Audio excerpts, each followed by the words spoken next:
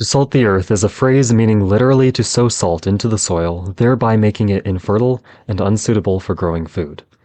The phrase is often connected to the defeat of Carthage during the Third Punic War, when allegedly the Romans sowed the soil surrounding the city with salt so that their rivals could never rise up again. The curse goes back symbolically even further, to the ancient Near East in the Sapphire Treaty Steels in the 8th century BC, and from Buchan, Iran, and even in the Bible in passages such as Judges 9:45 and Deuteronomy 29:23. But in all of these cases, salt is used as an image of destruction. So why name a Christian podcast after this phrase? The answer comes from the context of 6 uses for salt in ancient times, and in the imagery of blessing and worship in the New Testament. Salt's unique physical properties meant that it was used in 6 main contexts in the ancient world, leading up to the time of Jesus, and dictates how we should understand his words in the popular passages of Matthew 5:13, Mark 9:49, and Luke 14:34. Firstly, and probably the most obvious to us in the modern age, salt was used as seasoning by the ancients. Like us, they put salt on their food both for the desirable salty savory taste, but also to draw out the flavor of the food. See, unlike pepper or other spices that primarily have their own taste to add to the food, salt kind of dries out the food a little, releasing more particles of flavor so that they reach our tongue and noses, enhancing the taste. Because of this, it can be a symbol of something that brings out the good things of something else, just as the Christian is meant to bring out the best in their friends and in others, promoting virtue and good morals, and how Christianity finds what is good about the cultures it evangelizes to and raises it into the light of revelation. Secondly, another use many of us have heard about, salt was used as a preservative in the absence of refrigeration. Salt draws the water out of cells, thus drying them out, which actually kills living cells if present in high concentration. This is useful for killing harmful microbes which could cause infection and make those who eat the spoiled food sick. This is how rotting is slowed, and it allows food to be stored longer, which released ancient humans from dependency on fresh sources of food and the need to follow game animals. This use made salt an image of permanence which could be applied to relationships, as is the case in Nicomachean Ethics chapter on friendship. Thirdly, salt can be used as an antiseptic. Just as in food, salt can prevent infection in wounds by dehydrating the harmful microorganisms. This is, of course, painful, because salt also kills some of the exposed human cells at the wound's surface. Salt's crystalline structure also may tear at the cells, causing further damage, though an infection would be much more dangerous and harmful. The phrase, to rub salt in the wound, allegedly comes from the early days of the British Navy when sailors were pressed into service and punished for disobedience by whippings. Afterwards, the officers would rub salt in the whip cuts to prevent infection. This becomes a symbol for how grace operates in the process of conversion. A soul infected by sin must be cleansed, but this process often hurts as many perceived goods must be taken away for a total conversion of heart. Fourthly, salt actually can be used as a fertilizer in a certain manner. While it does not directly promote growth, salt can be used to kill weeds among more salt-tolerant plants like asparagus and cotton. This frees the plants to have more rain over their patch and thus more nutrients and freedom to grow stronger and healthier. The right use of salt can also promote the release of more nutrients from the soil, again promoting growth. This becomes another symbol of the operation of grace in the world as it combats vice and promotes virtue, thus allowing man to be a more perfect version of himself. Fifthly, in the wrong amount or in the wrong context, however, salt can cause soil to become infertile, as all plants become too dehydrated to grow when all their water is drawn out by high concentrations of salt in the soil. Thus, salt can also be used as a symbol of curse, both by man and by God, and there are plenty of examples of both. Fortunately, just as salt is not a lasting harm to the land because rain washes it out over time, God's curses do not last beyond the time that his mercy rains down again and he gathers his people.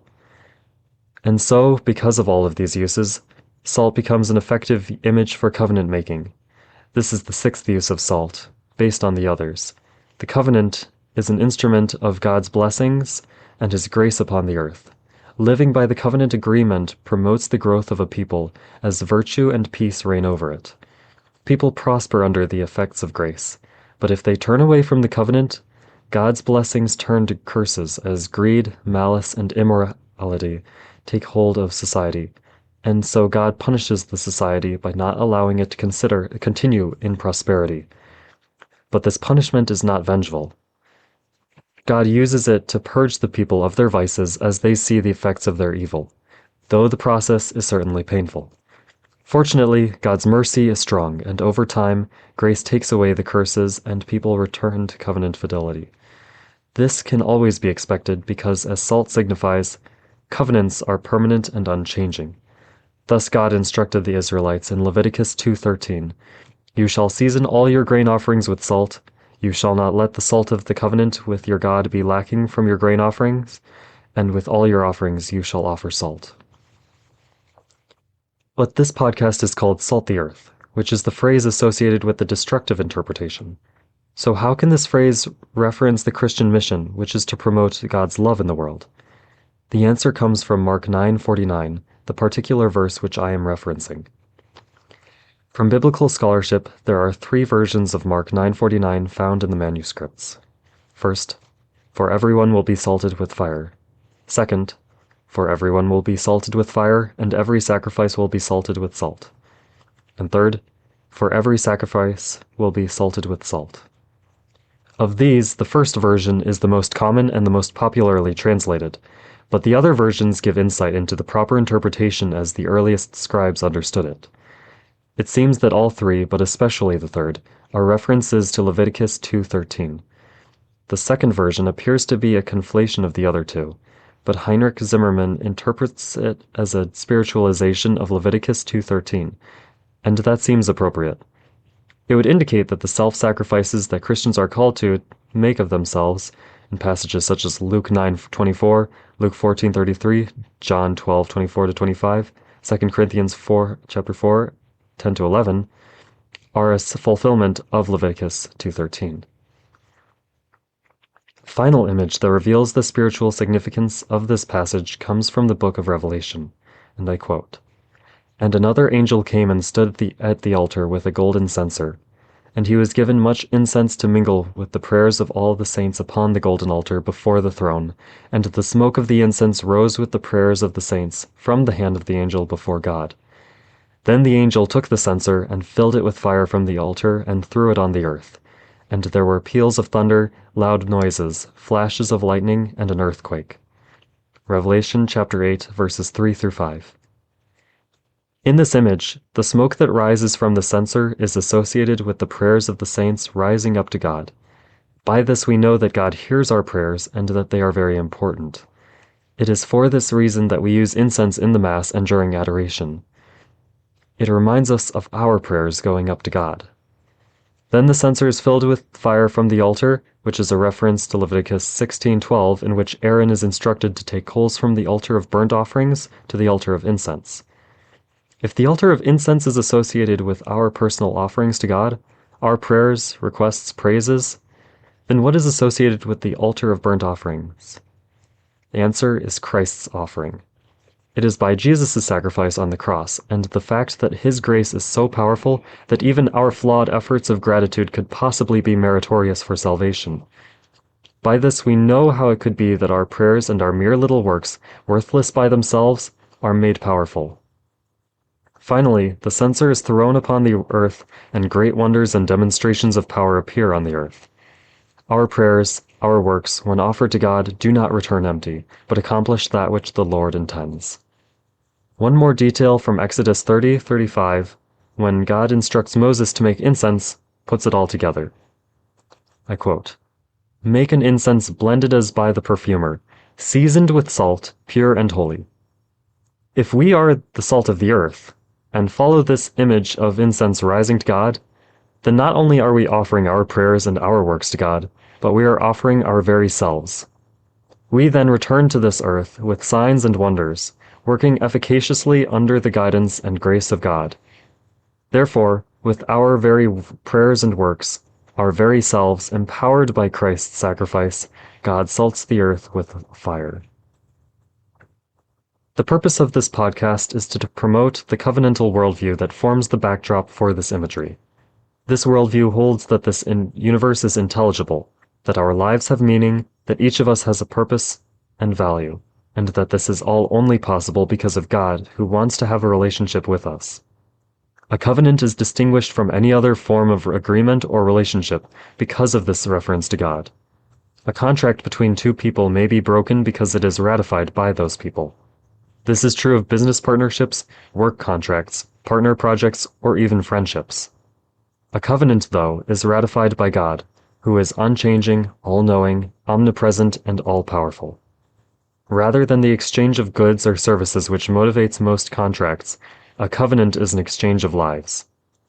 I am yours and you are mine, as a friend of mine put it. A covenant, then, cannot be broken, and it is always relevant once made. This is true of God's relationship with us, marked by the crucifixion of Jesus, and it is true of the covenants we make in our lives, such as marriage. This worldview directly impacts our everyday lives. If we live in a world in which God's relationship with us is conditional or non-existent, then we must logically conclude that we have no purpose, no value, and that nothing matters.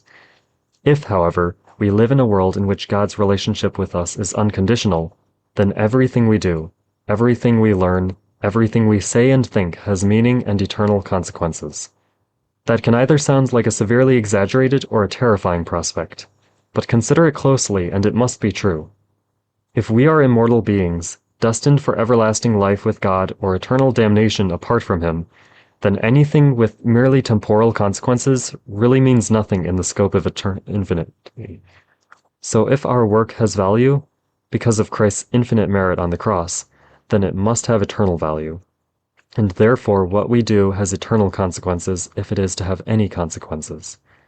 C.S. Lewis describes this perfectly in Mere Christianity when he says, "Every time you make a choice, you are turning the central part of you, the part of you that chooses, into something a little different than it was before, and taking your life as a whole, with all your innumerable choices, all your life long, you are slowly turning this central thing into a heavenly creature or a hellish creature, either into a creature that is in harmony with God and with other creatures and with itself, or else into one that is in a state of war and hatred with God, and with its fellow creatures and with itself.